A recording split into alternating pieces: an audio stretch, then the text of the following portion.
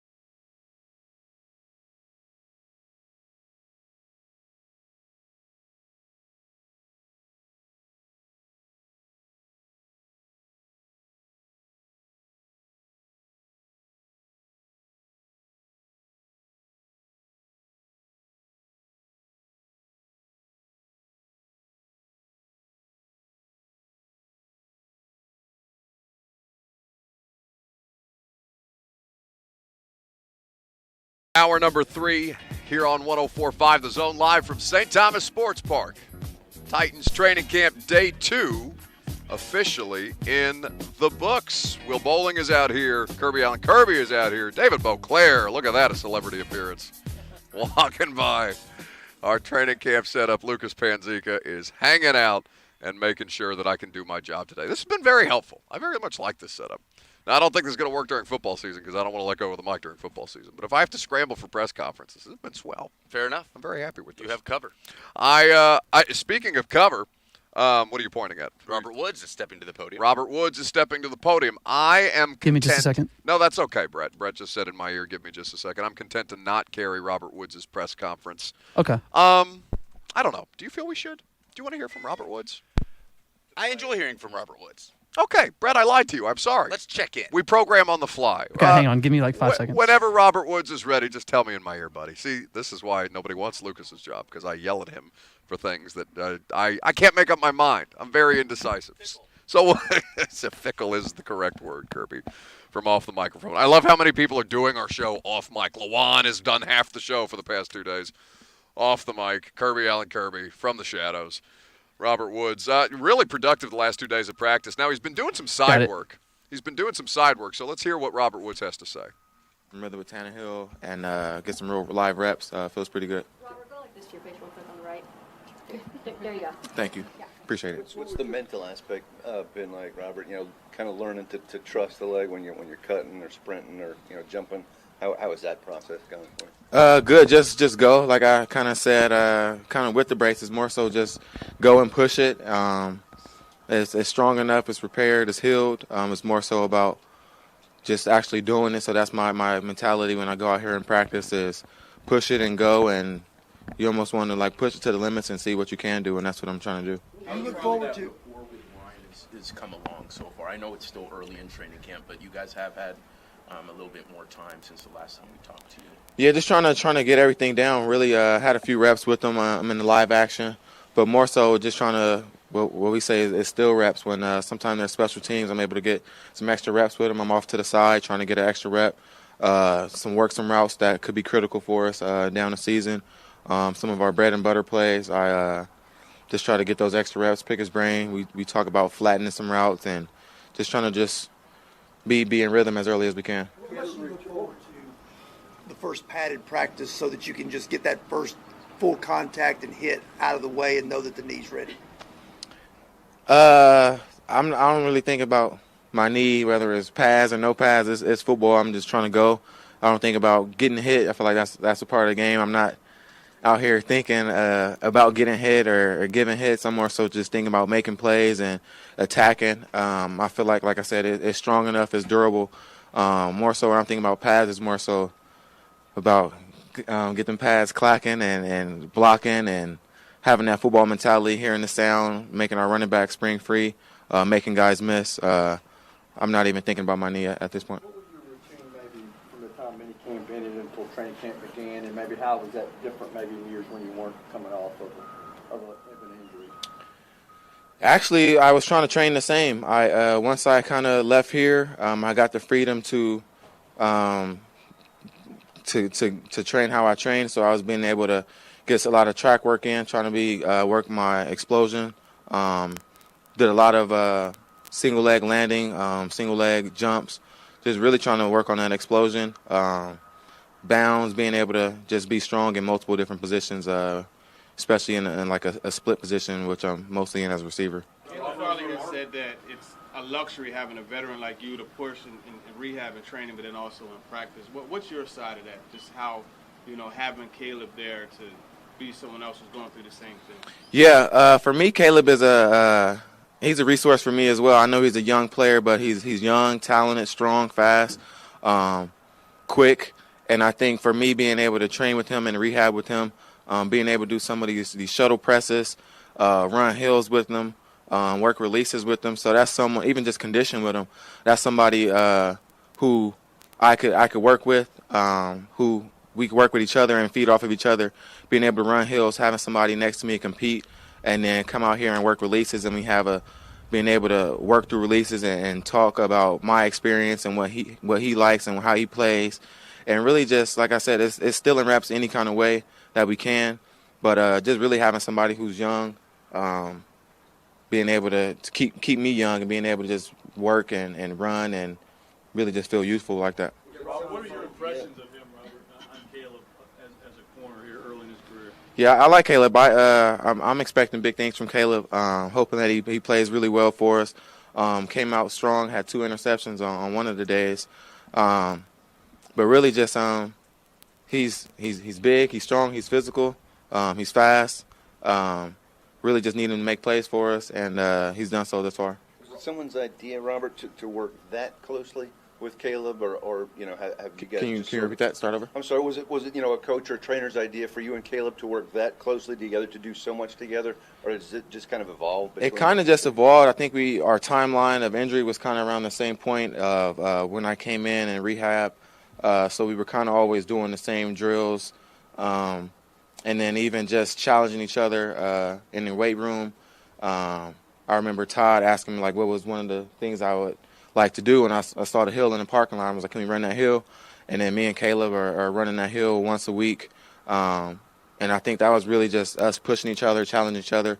He also had a track background, so we know how important it is to be able to run and be able to drive off the ball. And start on the hill, start on these conditioning, and just kind of just pushing each other, showing what helps my knee, what hurts his knee, what hurts my knee, and vice versa, being able to find ways to strengthen it in different ways. Robert, from our vantage point. Yes. From our vantage point, it seems like Traylon is, showing some encouraging signs. Just from where you stand, how have you kind of seen him progress since the end of the off-season program? Being able to be out here, I know it kind of started from what I saw. You guys were saying asthma and not being able to practice and stuff, and him first being able to be out here and practice and showcase his ability. Being on the field was a big aspect for him and for us and for everybody. Really, just him being able to showcase his talents, being able to make plays on day one, showcase his speed, his size, and he's going to be a big player for us. And really just need him to be available. You guys have been able to settle in, obviously, your family. You're a Cali guy. You know that heat over there. A lot different from this heat. How's just the transition been overall with the fam and then just training camp with the new team environment? Yeah, very good. I mean, at the end of the day, it is football. We're here for football. My family is make this place home. We're comfortable in Tennessee and Nashville, finding our ways around. But we're here for football. My wife is it's camp again. You know how it goes, but it's this, like I said, this is why we're here. We're in camp mode. We're studying. We're trying to get better. We're trying to get with Ryan, with Todd Downing, and pick up this offense as fast as we can. And our goal here is to win as many games as we can. And it's all about football here. Oftentimes in the pecking. The season went on. How much did you help him kind of through this process of recovery, I guess, if you will, and maybe how much did he come to you also?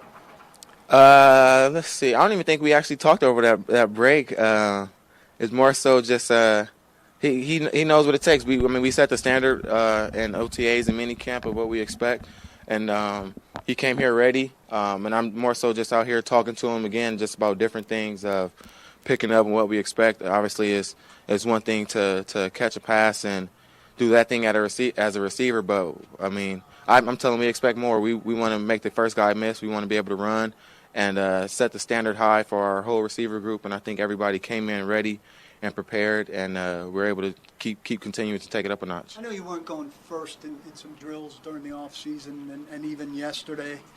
You were today. Do you like to go first? Is that important to you? Was that a matter of injury recovery or? Yeah, I personally like to go first. I'm still learning the drills that Rob has us doing, and I know that some of the guys have experience at and what he expects and what the standard is. So I just want to see it done, and then trying to get my reps in. Today I was able to go first because of some drills that we're familiar with, and really I like to just set the tone for the group. We starting fast, we catch the ball and get a good burst, and once you kind of see the first guy do it, it kind of trickles down to everybody. It's really just like setting the standard and setting the tone for how we're practicing and how we're getting that rep done. Do you feel like you need to get any work in the preseason? And if not, what do you need to do, I guess, between now and time the season starts to make sure you're peaking and ready to go? Yeah, my biggest objective is being ready for week one. I'm honing in on everything we're doing in every practice, trying to get some extra reps with Ryan, like I said. If Coach asks me to go out there, I'll be ready to go. But really, it's just being ready for week one, getting our timing down, getting all these reps that we can, and just being ready when my number is called. A veteran team like this, what do you make of the professionalism that you walked into here? Yeah, I kind of knew what I was coming into this trade, being able to kind of pick. I was coming to a team who had a solid foundation, who was able to have a great running game, a great passing game, a great defense, who was solid all around. Like you said, an experienced group, a veteran group, who knows how to practice. It's not a rebuild. It's not a restart. They already have their culture built, and it's really just coming in here and bringing my game to this culture and trying to add another attitude. But it's really just picking up where this team left off. This is a great team, a great coaching staff, and we won a lot of football games last year, and we got to do the same thing. Coach said, last year it doesn't matter. It doesn't matter, but a lot of these guys are back, and a lot of these guys are hungry to win games. What has been the key for you, just throughout your career? Your drop rate is really low. It's among the best in the league. The percentage-wise, like how few you drop, make sure that's clear. What has been the key for that, despite so many targets? And do you feel like that's something to kind of set the foundation for the trust that Ryan Tannehill will have in you? Yeah, I hope so. The ball's in the air. It's coming to me. You got to catch it. I remember my dad used to always say is touches and touchdowns. Like, you don't get many touches. Every time you touch it, you got to go for a touchdown. And it's the same thing since Pop Warner. The ball got to get spread around through everybody. It's a lot of players who want the ball. So when you get your opportunity, you got to capitalize on it. You got to be reliable. You got to be trustworthy. When the quarterback throws you the ball, he's trying to get a completion and move those chains. And I love to come to get the ball in third down situations, key situations where we got to have it. I don't know. It's just something about getting the ball. You don't get many opportunities, so when you do, you got to capitalize. Are you someone that lobbies to the quarterback, like, hey, man, you got to come to me? Is that your MO, like how you do? Yeah, every play, every opportunity, you do that, but you do that by being open target, being consistent at practice. So when you do say those things, the quarterback knows and trusts that you are going to be there. It starts at practice. You can't just show up on game day and demand the ball. You're coming from an offense that was pretty receiver heavy a lot of the time in LA, and now with Austin and Chig seemingly getting really involved in the Titans scheme, how does that affect your job or what you're trying to do out there? Does it make it easier at all for you now having an established tight end option there for Ryan as well? Yeah, I would say so. I mean, as a receiver, especially playing in LA, we had Tyler Higbee, Gerald Everett. We always had tight ends, and I know how important it is to have somebody like that. I used to call our tight ends our hogs because they're big receivers. You know, they're hard to tackle. They're physical. They're fast. Especially Chig. He's going to be a huge player for us. His speed is rare in his size. So I'm definitely in his ear. Always like, we're going to need you to make plays. Hooper, always veteran, knows how to get separation. But it's definitely going to be really huge to be able to spread the ball around. You want to have mismatches all around the field, and I think we have that in our passing game, and especially on the ground with Derek. Thanks a lot. Thank you, guys. All right, that's Robert Woods, Titans wide receiver, wrapping up at the podium. A couple of different things that he was talking about there that I found interesting. And we're going to talk about his fit, what he means to this offense, and exactly why it's so critical to have him available, fully available, for this time of year. That's next. I'm Buck Rising, live from training camp. It's 104.5 The Zone.